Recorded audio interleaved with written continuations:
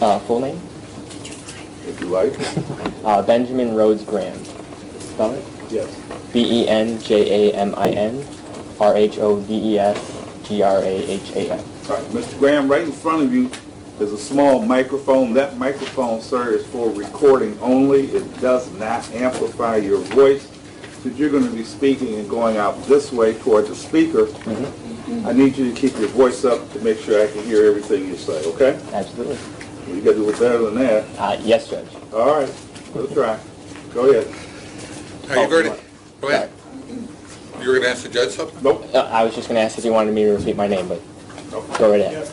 I'm sorry, before we begin, Your Honor, we had the same issue, I think, with this witness that we had with Mr. Klein on hearsay statements made by Mr. Courser, accepted to him as party opponent.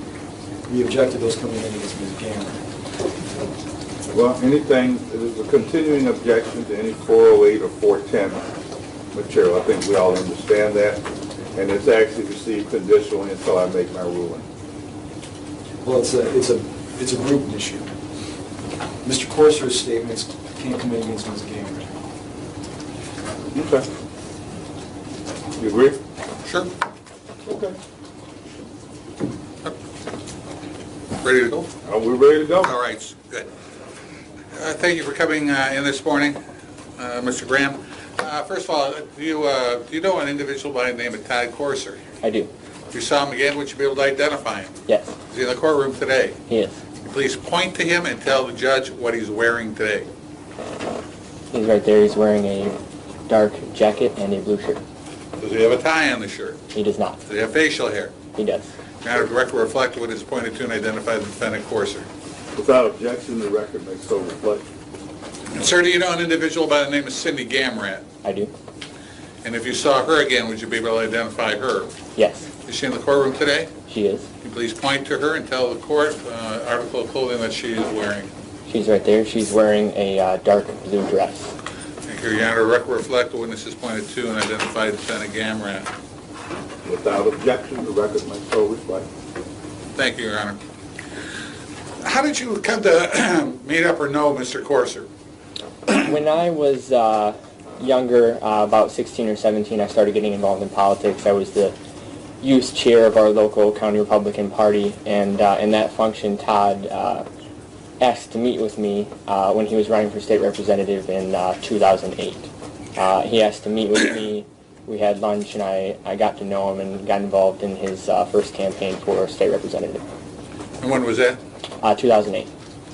Okay, there come a time you got involved with a second run for office? Mm-hmm. Yeah. And you'll have to say, say yes or no, shaking the head or say doesn't get recorded real well. Yes. Okay. Can you do that for me? Yes, sir. Thank Yes. you. After he ran in 2008, he lost. I went to college, and he also ran again for state senate in 2010. I came home the summer of 2010 and worked on his campaign during the summer of 2010. And did your relationship with him continue? It did. Yes, we kept in contact. When I was home from college, I'd stop by his office and say hello occasionally, and we kept in contact on some political matters and things up until recently, I guess. All right. Did you help him at all in his successful run for the legislature? I did. Yes, I worked on a couple of other races where he ran for state chair of the state Republican Party. I helped on that, and I stayed and worked in his office during the summer of 2013. And then when he ran for state rep in 2014, I worked on his campaign in a consulting capacity through my company. Hey, what company would that be? Bellwether Strategies, LLC. What kind of company is that, sir? Political consulting. All right. And how about Miss Gamrat? How did I come to know her? Yes. When Todd was running for state chair of the Michigan Republican Party in the spring of 2013, we were looking for someone to be a co-chair candidate, a woman, as required by the bylaws. Can you keep that voice up for me, okay? Sorry, yes, as required by the bylaws of the Michigan Republican Party.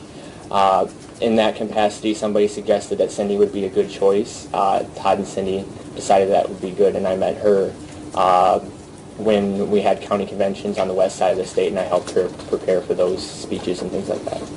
All right, sir. Were you, after Mr. Corser and Ms. Gamrat were elected to office, there come a time that you became employed by them in the House? I was employed at the House of Representatives, working in Representative Corser's office, and I also reported to Representative Gamrat in a supervisory role. And how long In a what role? Supervisory. Todd, when our offices were set up, I was charged with helping and assisting with I worked in Representative Corser's office, and but I was also charged with assisting in Representative Gamrat's office, and she was essentially my superior, the same as Todd was. You said supervisory. Correct. You supervising somebody? I was being supervised by Representative Gamrat. Oh, okay. All right. Now, when you referred to, if you referred during your testimony to Cindy, you're referring to Defendant Gamrat? Yes, And if you referred to somebody by the name of Todd, are you referring to Defendant Corser? that is correct. All right. How long did you work for them? I was employed at the House of Representatives just over 6 months. Did there come a point in time that your employment was terminated? My employment was terminated in early July, I believe the 3rd of July. Just out of curiosity, Excuse me, is that July of 2015? Yes, July of 2015. All right. Go ahead. prior to your termination, my understanding is you obtained a raise. Am I correct on that? Yes, I did receive a raise sometime in June of 2015. So you got a raise June of 15 and you're terminated July of 2015? Correct. Okay. So you worked for them, what, a total of 5-6 months or something like that? Just over 6 months, correct. January 2nd to July, early July. What is a blueback? Blueback is a piece of legislative work product. When a piece of legislation is to be drafted, we submit that request to the Legislative Services Bureau in the House, and they draft the legislation, and then when we're ready to introduce it, we request a blueback, which is a document that the sponsor of the legislation and the co-sponsor of the legislation sign before it is introduced. Are you familiar with Rule 41 of the House?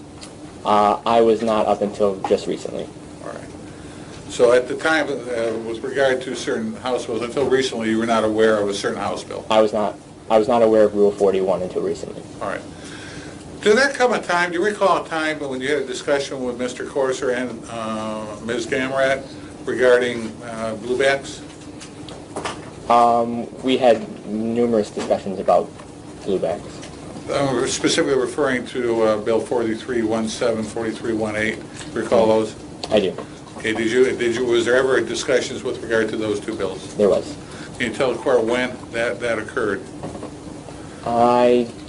I don't think I can say specifically. That would be specific. Give me just a frame of reference. It would be sometime during my employment, I assume, shortly before the bills were introduced. Okay. Who was all there? I believe it was Representative, at the time Representative Corser, at the time Representative Gamrat, myself, another employee, Joshua Klein, and Keith Allard. Tell the court what was said during that meeting. We discussed Let me the... just make some clarification. Said by anybody would elicit hearsay. Specific statements by people where there's an exception, like Corser against Corser and Gamrat against Gamrat. That's what I would ask for. I have no problem, Judge. Yeah, this is Let's preliminary rephrase the examination. question.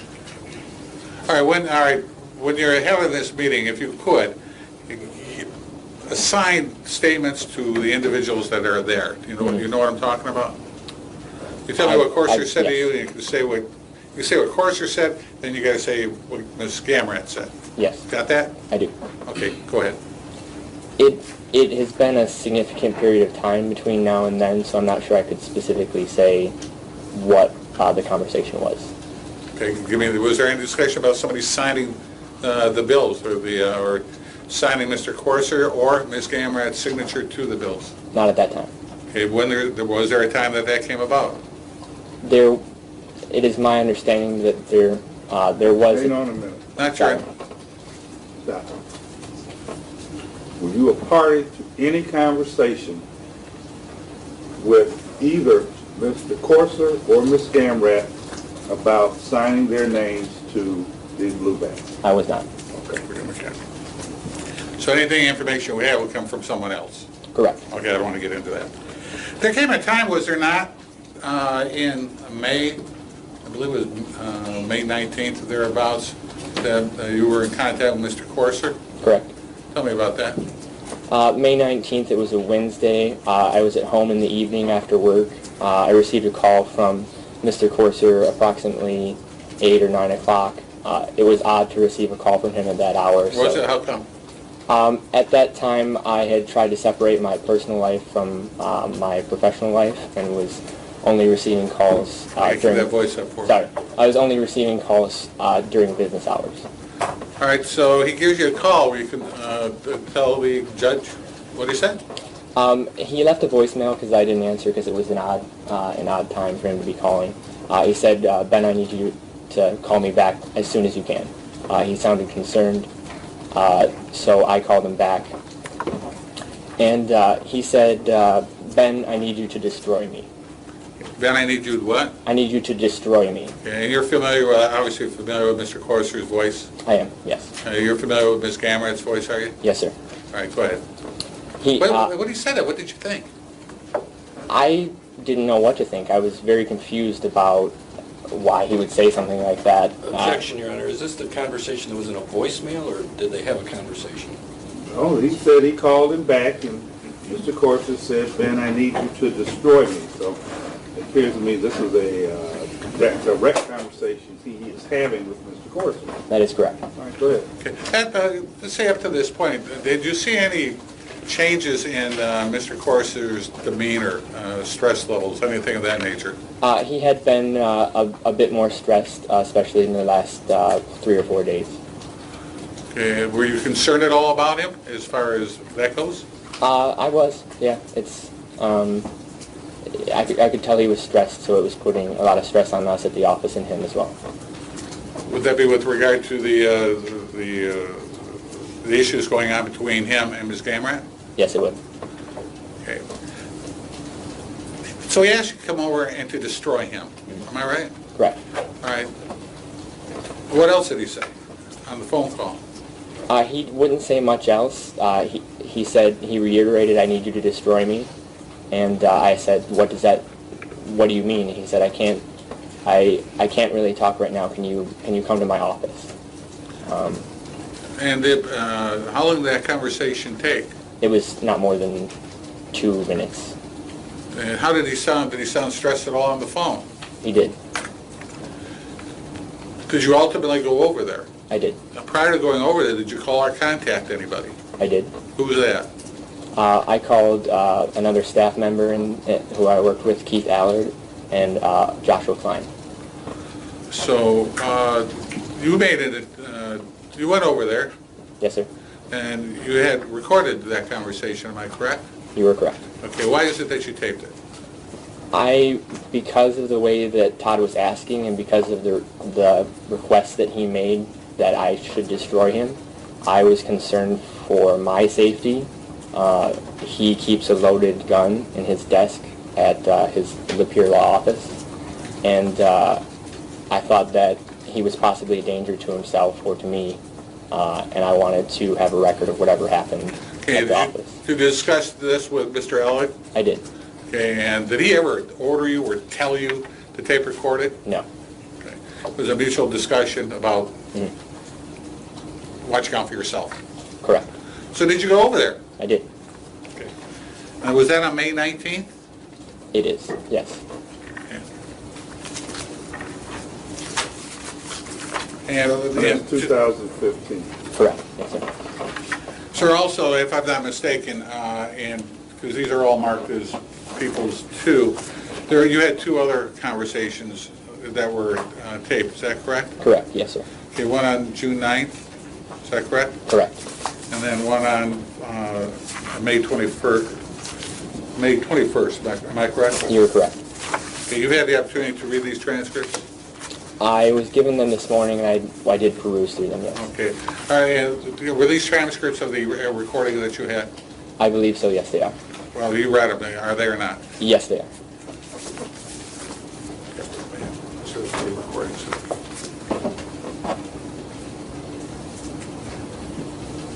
Okay, well, we object. We object. Well, that's fine, I just wanted to show it to you. Are you giving me copies of them or no? You already have copies.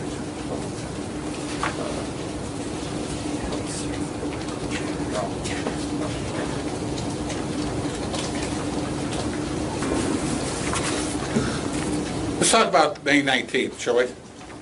Okay, on May 19th, tell us what happened. After the phone call and I went to his office. Yes. Okay.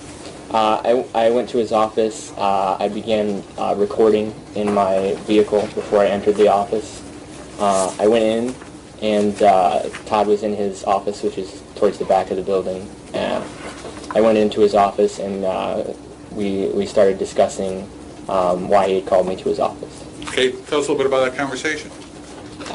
He told me that there were some things, he had received some text messages that were concerning to him regarding a relationship that he was having with Miss Gamrat, and he thought that they were threatening in nature. He said that he had his life was not as pure as the wind-driven snow, and there were some things that were probably going to come out about him that would be bad for him and for Miss Gamrat. Was there discussions about sending out what I call a false email? Yes. Okay, tell the court a little bit. First of all, you approach the witness, Judge? Yes.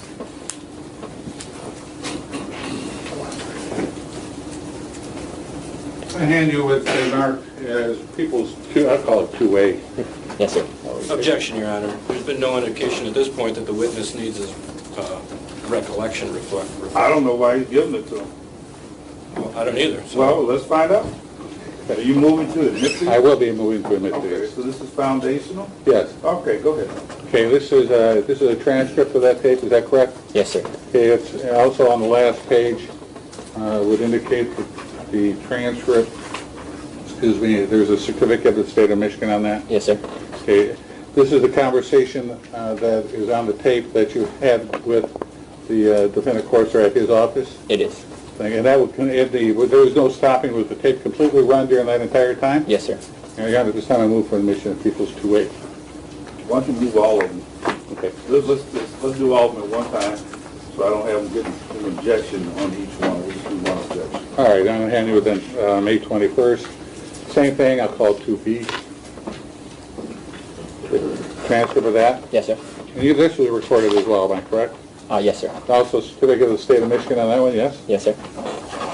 And you had a third discussion with him on June 9th, is that correct? Correct. Transcript of the recording you had? Yes, sir. All these recordings were from start to finish. I mean, there wasn't any break in any of these, was there? Yes. Is there a certificate of the state of Michigan on that? There is, Oh. yes. I move to admission of all three, Judge. We object to the admission of all three transcripts, Your Honor. Based on what? First, foundation. Well, he said they were what they were. Well, we don't know who transcribed them.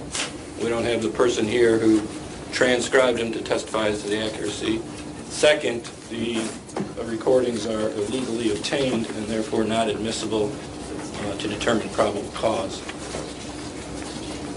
They're also public documents, the state of Michigan.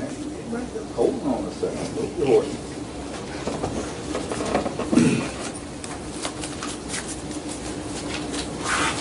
You and your lawyer need to have a conversation? Okay.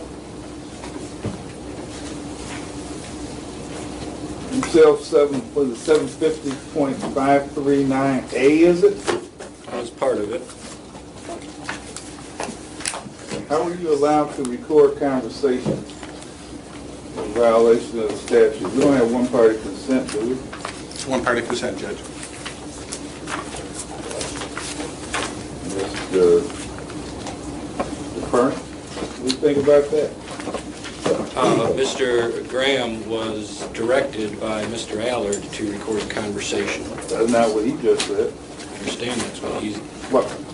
Mr. Colonel, he said he wasn't directed. Now, do you intend to call Mr. Allard to say, yeah, I did direct him, or do you have something contrary that maybe you can impeach him with, because right now, all I have is, he said he talked to Mr. Allard, that he was concerned about, frankly, the state of mind of your client, that he knew that your client kept a loaded handgun at his office, and then Mr. Allard was kind of like, watch yourself or be careful when you go.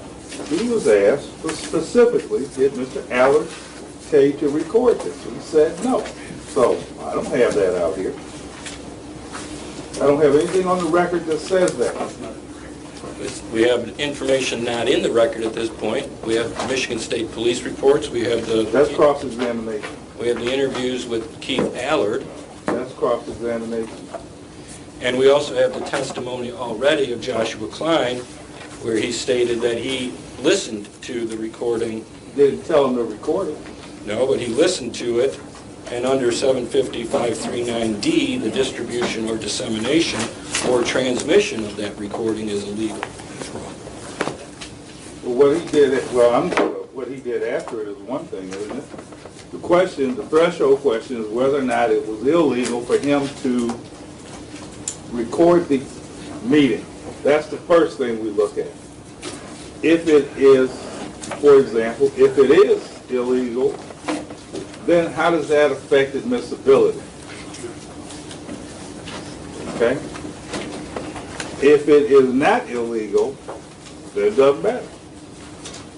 Now, I'll be honest and say, I don't know what they want all these transcripts in for. I mean, it seems to me you just ask him if he remembers what was said.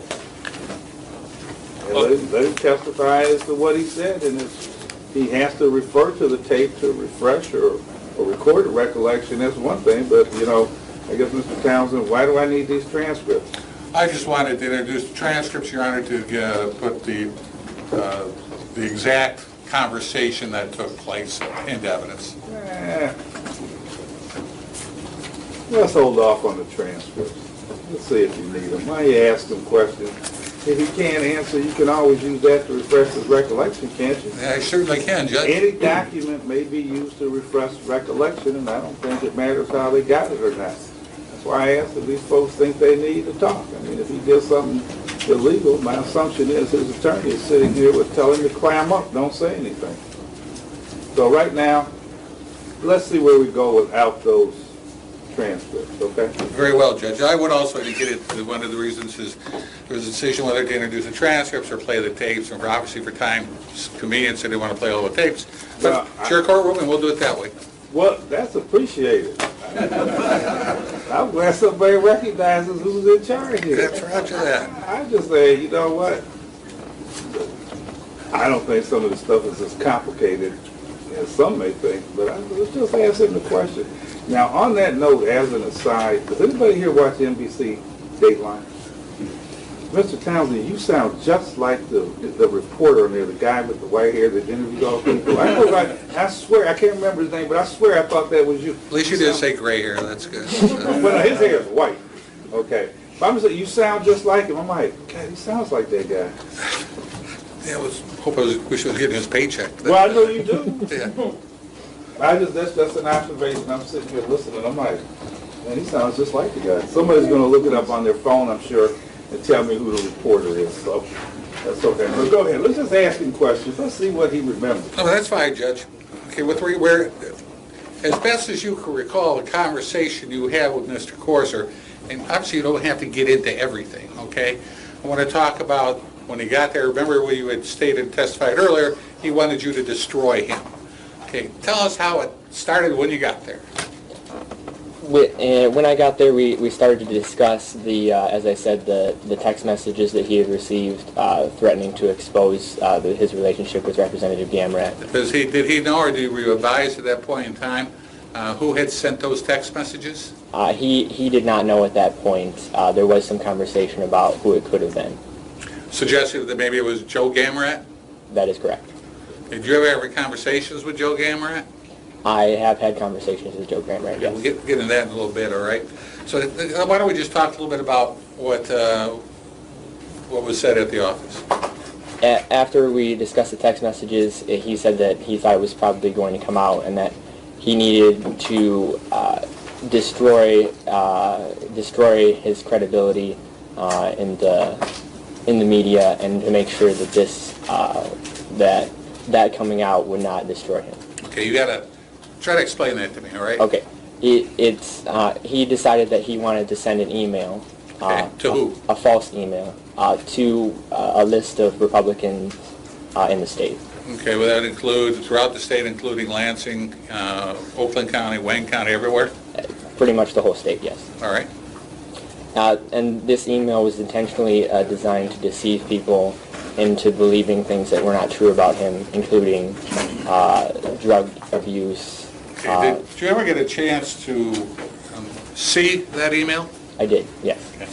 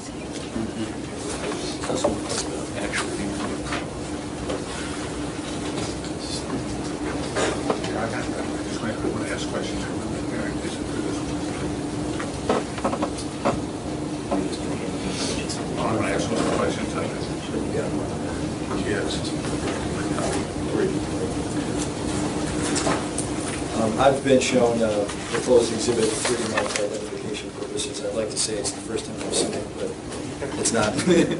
You might have some follow-up questions for me. Okay. Sir, with regard to just some of the content, I just wanted to see if some of this is the content, if you recall whether or not if that was in the email itself, where it indicated he was a bisexual, porn addicted. Objection, Your Honor. It's a leading question. I think you should ask him the question of what's in the email as opposed to reading the email to him. Well, let's back up. This email, Mr. Townsend, when is this? Is this an email the witness was shown that evening? Were you shown an email? I was. Okay. It's on the document.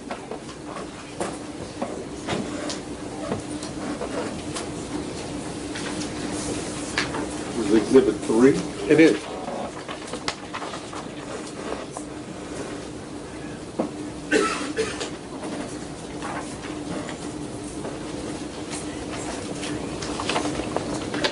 Yep, that's the email. Okay, so there's an email that he was shown that evening, is that correct? Oh, I'm sorry, it's Exhibit 13, Judge, I apologize. Exhibit Mr. Nichols, 13. 13. Okay. And does that appear to be an accurate copy of the email? It does, yes. I have an objection to the exhibit in that the email that I looked at does not appear to be the email that was sent, but appears to be an email that was then forwarded on by the witness. I don't know that I understand the objection. I don't think it's the actual email that he saw. This is an email that somehow he obtained at a later date and then sent to other people. He didn't. Can I ask a question? Did you ever send this email to anybody? I did not. Okay. And is this a true and exact copy? Can I rephrase that answer? Sure. I did not send the email. I received the email from someone, and I think I forwarded it to another staff member after it was sent. Okay.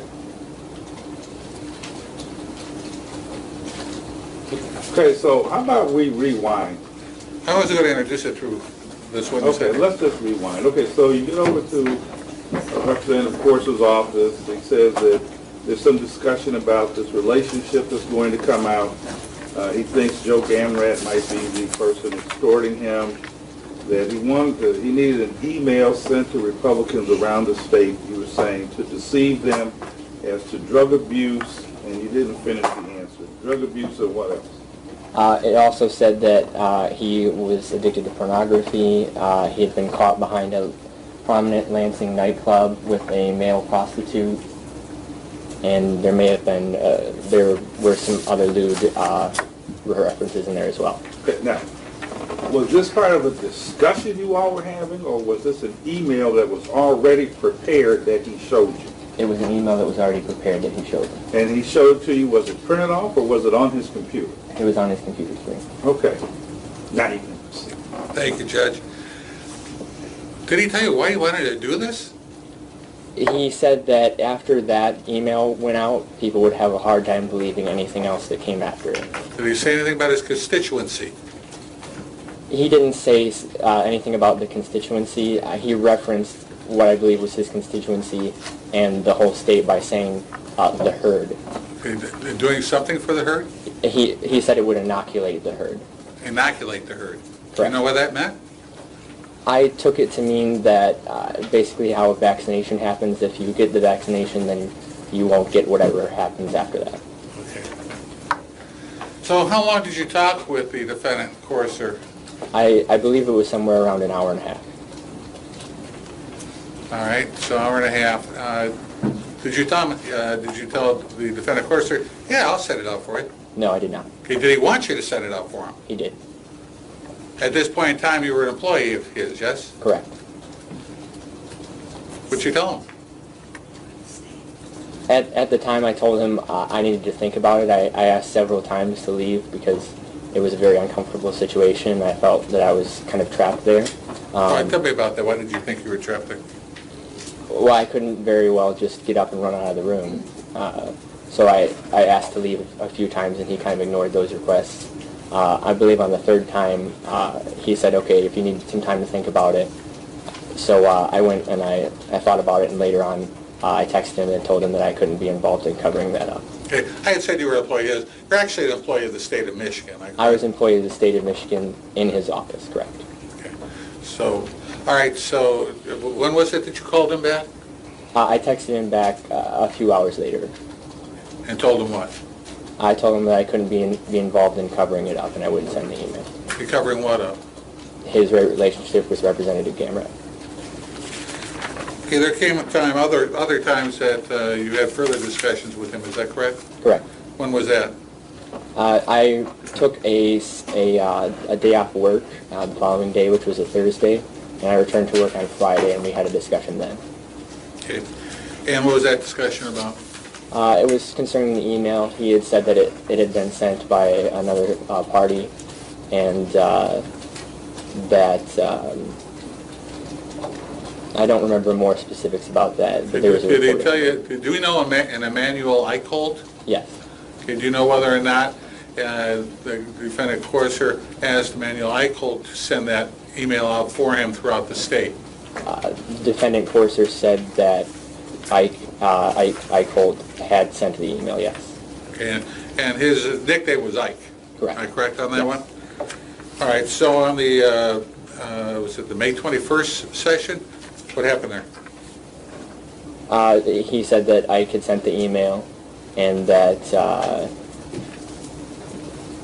I don't remember more specifics about that instance. All right. Be fair to say your other discussions with not the first one, but the other two were with both Defendant Gamrat and Defendant Courser? Yes, they were both in the room during those discussions. These are the May 21st and June 9th discussions, is that right? Just so that's clear. Thank you. Yes. Just to be clear, Ms. Gamrat was not present on the first meeting that you had with Defendant Courser, am I correct? She was not present. Todd said that she called during our discussion. Matter of fact, there was a phone call that came in, yes? Yes. Tell me about that. Todd said that his phone rang, and he said it was Cindy, and I said go ahead and take it. He answered the call. I couldn't hear most of it. All right, let me ask you, did you hear some of it? I did. Okay, and did you recognize the voice on the phone? I did. It was Representative, at the time, Representative Gamrat. And you had talked to Ms. Gamrat on several occasions, yes? Oh yes, we work together on a daily basis. You're very familiar with her voice, are you? Yes. Okay, did you, were able to hear or decipher anything that was said? I do remember a small portion. What was that? She asked Defendant Courser if it would be helpful for her to talk to me about what they were discussing, and he said that he kind of ignored her question and proceeded with the conversation. Okay, and you were discussing about this email, yes? Correct. Approximately when was it during that conversation you had with Defendant Corser that this phone call came in? Can you recall that? I was probably 2/3 of the way through our conversation. Okay. How long did that conversation, not just the portion that you heard from Defendant Gamrat, but as far as that whole phone call itself, do you have a rough idea of the time frame involved? It was probably between 2 and 4, maybe 5 minutes.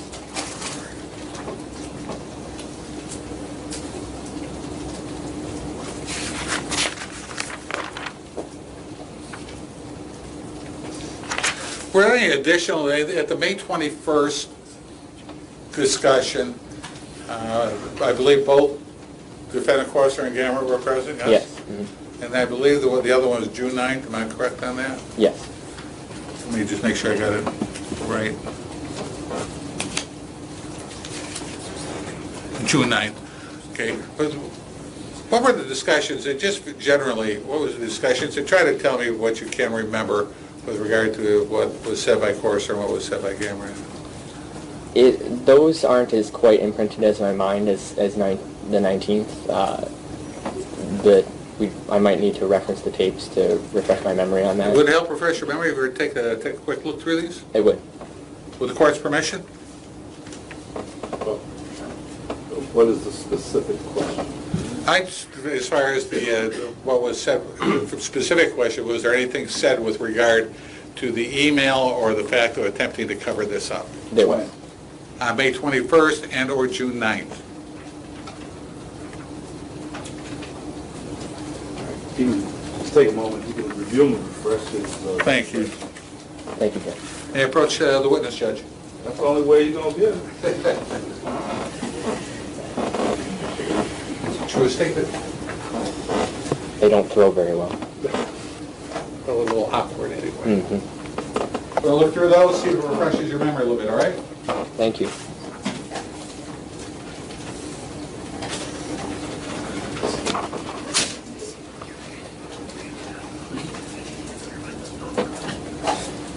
Let's go back.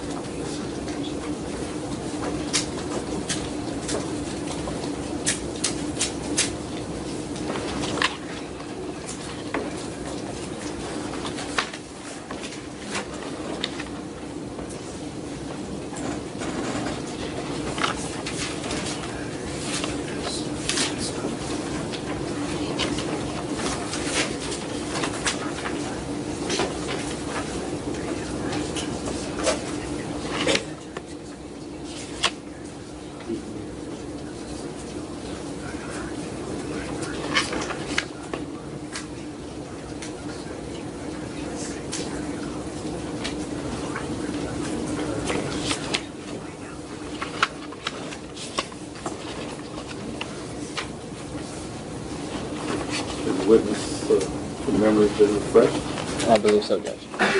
Yes. Let's proceed. Can you tell us, with regard to those conversations on the 21st of I May, can't. June 9th? On May 21st, we discussed that the email had been sent. Defendant Corser said that Eichholt had sent it. Say again, I'm sorry. Eichholt had sent the email. All right. And we discussed some circumstances regarding the defendant's marriage, and we also discussed their relationship, how long it had been going on, and various other things. So was there any, There'll be a relationship with Ms. Gamrat? Defendant Corser's relationship with Defendant Gamrat. Okay. was there any discussion on the 21st, if you recall, about keeping all this information quiet, trying not to leak it to the press or anything of that nature? Yes. Defendant Gamrat asked that I keep everything that we had talked about private for the sake of her family and things like that. Okay, and I don't want to get into the details. Was there any, Clarifications at the May 21st or the June 9th? I think it's, On May 21st. Okay, thank you. and was there discussion at all about the false flag email? There was a little discussion regarding it had been sent, but there wasn't any specific discussion about it. Okay, keep that voice up for me. Sorry. Okay, that's all right. My apologies. And can you tell us, how about the June 9th? On June 9th, that was a discussion with Defendant Corser, Defendant Gamrat, and myself, and Keith Allard. We discussed some of the office conditions regarding how we as staff were being treated. We also discussed the email being sent. Keith Allard gave Cindy and Todd a copy of the email and said, I received this email, I shouldn't have to deal with things like that. And Cindy said that was the first time she had ever seen it. You had heard her on the voice earlier on the phone. Yes. But I'll just leave it at that. All right, there came a, tell the judge why you recorded these two. At that point, I was worried about what other things that they may ask me to do to participate in that I thought were at the very least unethical and quite possibly illegal. Like what? I felt that sending out an email like that, intentionally trying to deceive someone, was definitely unethical and quite possibly illegal.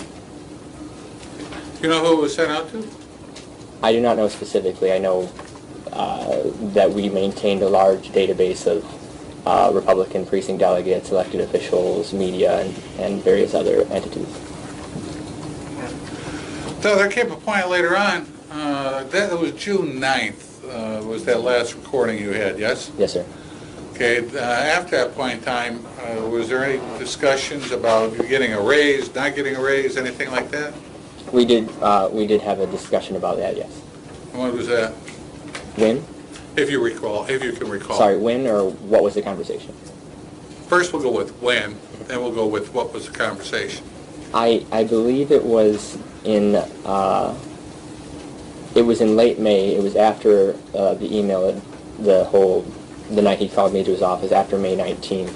Somewhere in late May or early June was that discussion. Okay, and that was before the June 9th recording? I'm not sure if it's before the June 9th recording. All right, so you're not sure about that. It's right around that time. Yes, sir. Okay, what happened? We had Joshua Klein, who was working in our office, had quit. I believe it was in late April or early March. I'm not sure. He had quit, so we were essentially running a 4-person office with 2 staff members.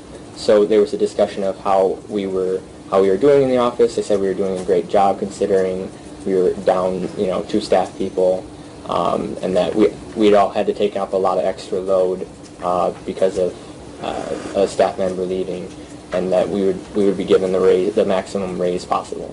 All right, so you were... Make an objection. Keep saying they. I need to know, and I think the record should know, which person said it. My apologies, Judge. Who said it?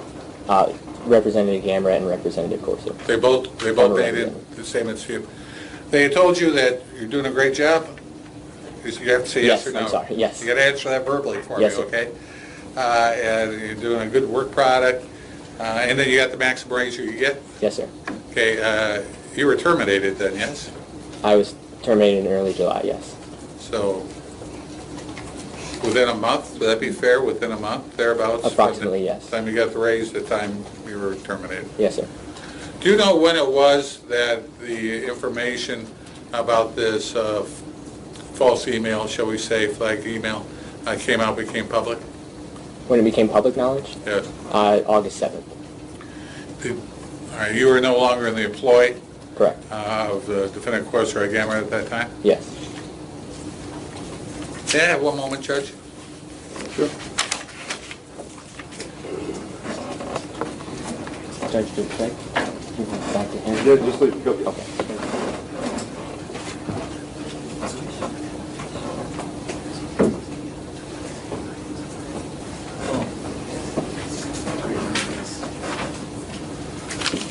Okay. Okay.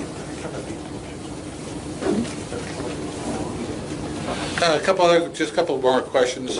Okay, were you ever told or ordered by defendant Corser to go to the House Business Office to find out if it was okay for him to sign, or for his staff to sign his name to blueback No. legislation? No. Were you ever asked to do that? No. Now, there came a time that you went to the House Business Office with regard to certain complaints, am I correct? Yes. And what were those complaints about? Which instance? In How many you got? there was the day following the May 20th. I contacted the Speaker's Chief of Staff, Norm Sari, and asked to meet with him and Brock Schwartzel, who was the Chief Legal Counsel at that time, and asked to meet with them to discuss what I'd been asked to do the night previous. Okay. Did you advise them at that point in time you had a tape recording? I did not tell them I had a tape recording. I told them I had indisputable physical evidence of everything that I told them at that time. Okay. Can you tell us why you didn't inform them that you had the tape? I've worked in politics for a little while, and sometimes it's hard to trust everyone. And Sometimes? perhaps I should correct myself. It's hard to trust people in politics. So I wanted to keep that piece of information to myself. I probably would have offered them if they had asked to go into more detail. All right. Ultimately, you advised somebody that you had the tape. Yes. When was that, and who was it? In, I believe it was the middle of July. I spoke... Was this before or It was after? after I was terminated. Okay. In the middle of July, I spoke with Detroit News reporter Chad Livengood, and I played him the tape of that night. And you never gave it to anybody in the House Business Office? I did not, not at that time. I did after the Detroit News story broke on August 7th, and they started an investigation. Okay, and then when was it that did you ultimately give them a copy of the tape? I did. And did you obviously talk with law enforcement at some point in time? I did. When was that? I spoke with the House Business Office investigation was sometime in late August. They received the tapes then. In late August, I also spoke with the Michigan State Police regarding the investigation into the text messages. The extortion issue, the extortion case out on Lapeer? Yes, correct. And I spoke with the state police regarding the investigation into defendant Corson and defendant Gamrat in the first part of November, I believe. All right. Copy of the tape given to the police, was it? Yes. I believe my attorney gave it to them.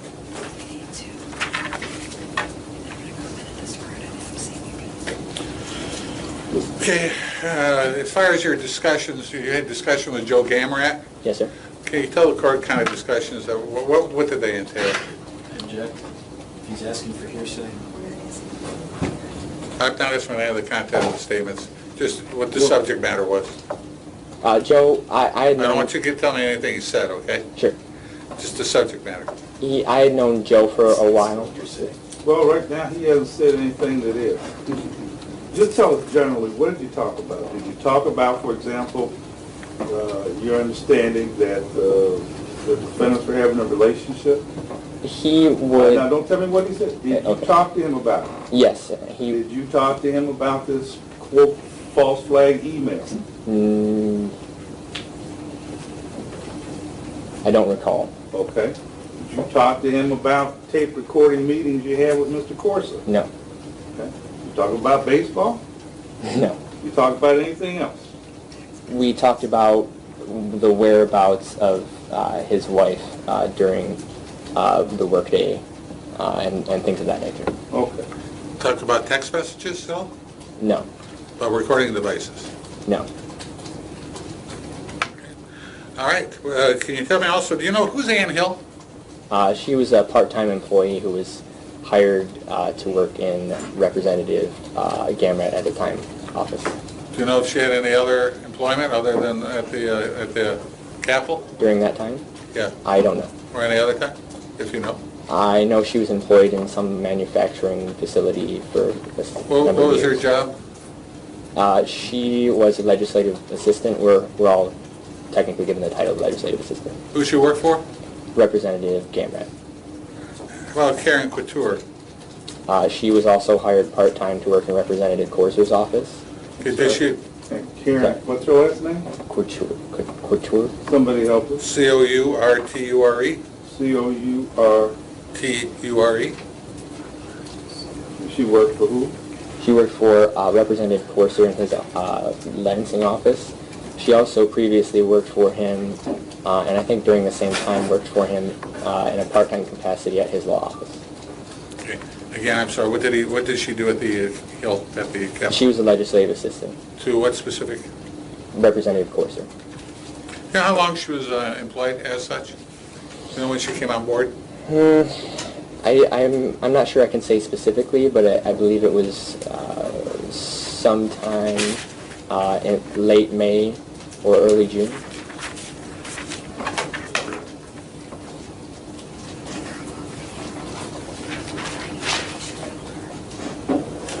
So do you know whether or not Defendant Corser asked anyone to train her on, or ask you to train her on Nation Builder? Train who? Ms. Couture? Yes, he asked me to train her on Nation Builder. What is Nation Builder? Nation Builder is... What does this have to do with these charges? Okay, fine. Yeah, let's, we're going to get far enough afield as it is. Let's kind of stay in the moment. Sounds good, Judge. Can I have one moment? Sure.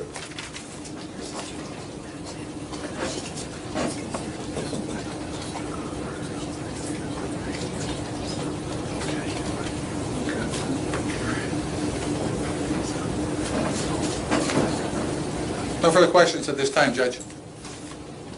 Just can we approach? Sure.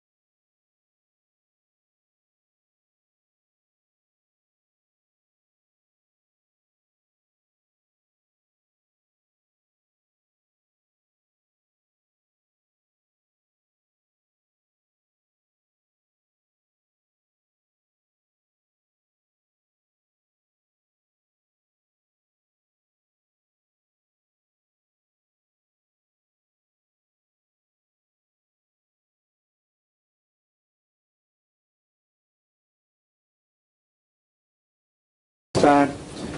And so you understand, we could start, but I got a feeling either or both of the defense attorneys probably would not finish their exam of the witness by 12 or shortly thereafter. And I don't want to break anybody's continuity once they get started. So we're going to take our lunch recess at this time.